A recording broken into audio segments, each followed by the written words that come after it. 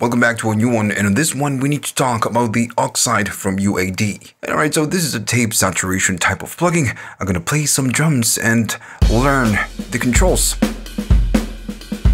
Driving the input will give you more saturation, right? That's the plan. And right now I'm using a default patch, so we have all the default configuration. As you do more, it's gonna saturate more. And of course you will need to level it down and try to match the input. So turn it off and then back on, and you can do it with your mouse wheel, which is super useful.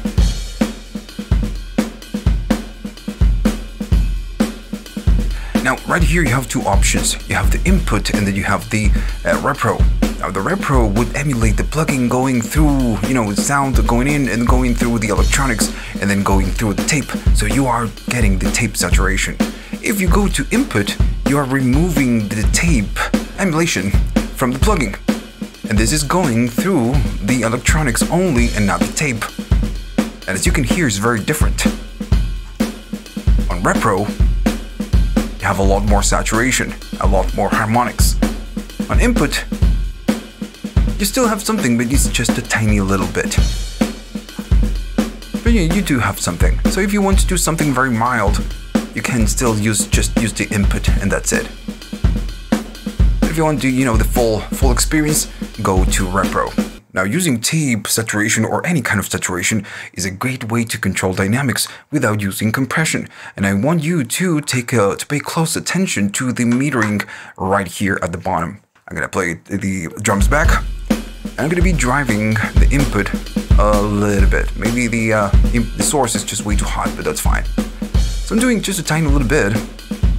We are doing saturation, and if I turn it off, now you can listen. And for this, you need to use good speakers or headphones. As soon as I turn it on, notice the dynamics right here.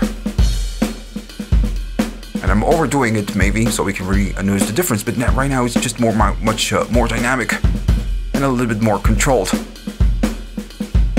But also, you hear the weird tone shaping.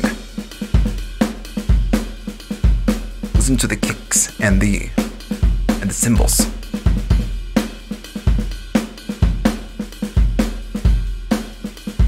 So in terms of coloring or tone, right here you have two choices. You have the 15 IPS and the 7.5 IPS. And IPS stands for inches per second. Now 15, it's like the standard. It sounds more hi-fi. It gives you a tiny little boost or bump that the tape gives you at the lower frequencies. And it sounds a little bit brighter or crispy. Right, so a little bit darker, more hi-fi, and a little bit more boomy. So we get that low-end bump that we get with tape, which is, one of the reasons we use tape. And the other one, the 7.5, is a bit more lo-fi, let's say. It's that crispy at the 15, and it sounds a little bit darker. Let me stop the drums. If we go to spectrum and we take a look at the 15 and the 7.5, you will notice that the 7.5 will cut a lot of the high end.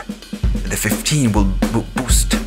And that's why, it sounds brighter and it sounds darker. But also, the low end on the 15 is more present or just higher, let's say. It focuses on a different place. This one we'll lose a little bit of that bump, but it sounds lower. So the focus on the low end bump changes.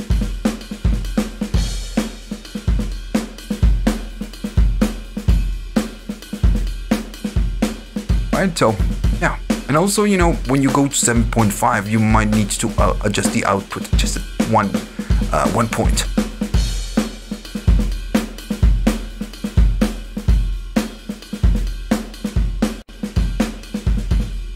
Then you have the NAB and the CCIR. These ones are really important for this plugin in terms of tone. The NAB is the North American standard, and the CCIR is the standard but for Europe. Now the CCIR, it sounds more crispy and tight at the lows. And the other one, it sounds less crispy, you know, the NAB less crispy, but it has a more wider low end and bump. It sounds kind of a lower. So let's just play the drums back. And as soon as I go to CCIR, I want you to pay close attention to the higher frequencies. It's crispy, right? And it's also tighter at the low end. Listen to the high, the cymbals, and the kick. Sharp and crispy, loose and dark. This is why, you know, this section, the EQ, is super important. Well, you need to make a decision when you use this, you know, to pay close attention and say, okay, I want crispy or I want something a little bit darker.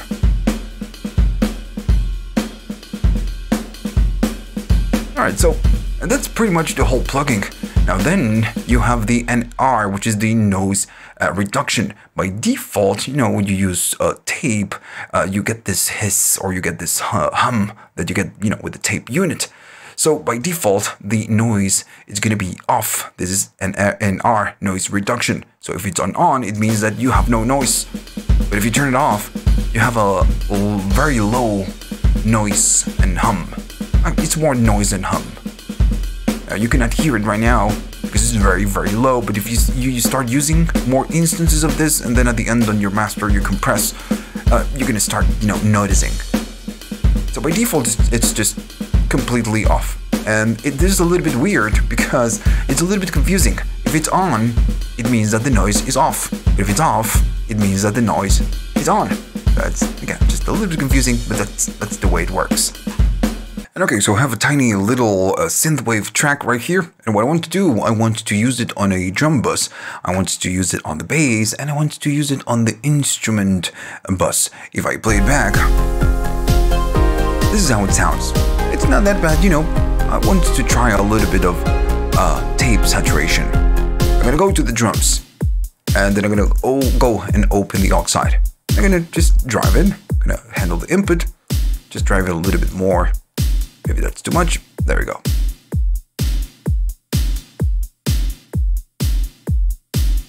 Alright. Now since this is drums, I want that shine, and I'm gonna keep it on 15 because, you know, it sounds more more hi-fi. And this is how the snare changes. Dark. All more crispy and shiny.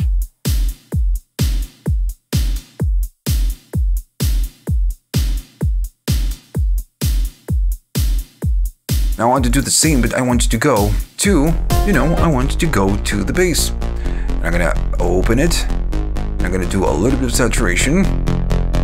I'm gonna dial it down. I'm gonna try to match, you know, the output. And this occasion I could go to bright, but you know, I think that for the bass, I'm gonna keep it on the darker side.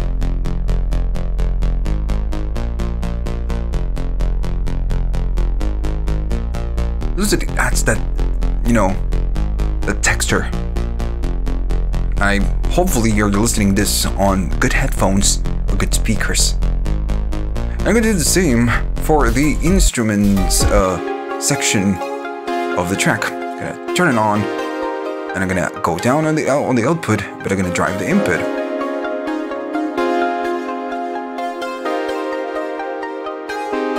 Okay.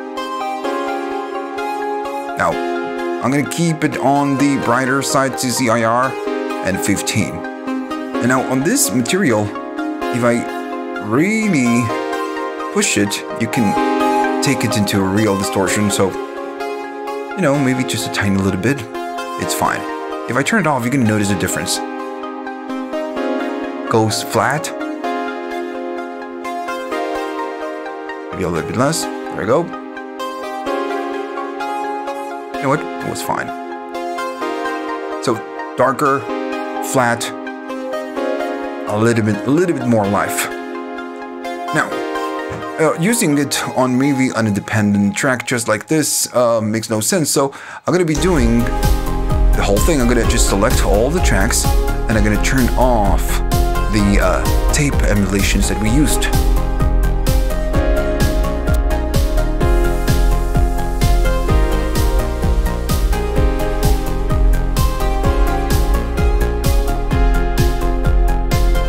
As it goes darker, it turns a little bit brighter, of course, because we are using the CCIR, but it also sounds a little bit more polished to my ears. This is, why we use tape. But also the, the lower end is a bit more, it's less loose, less dark, a little bit more precise. Now you might argue, that maybe the snares are just way too bright for this. So I could use, a different processing made for the snares, because I'm going to the tape. But this is, completely up to you. You cannot argue that it sounds really, really different.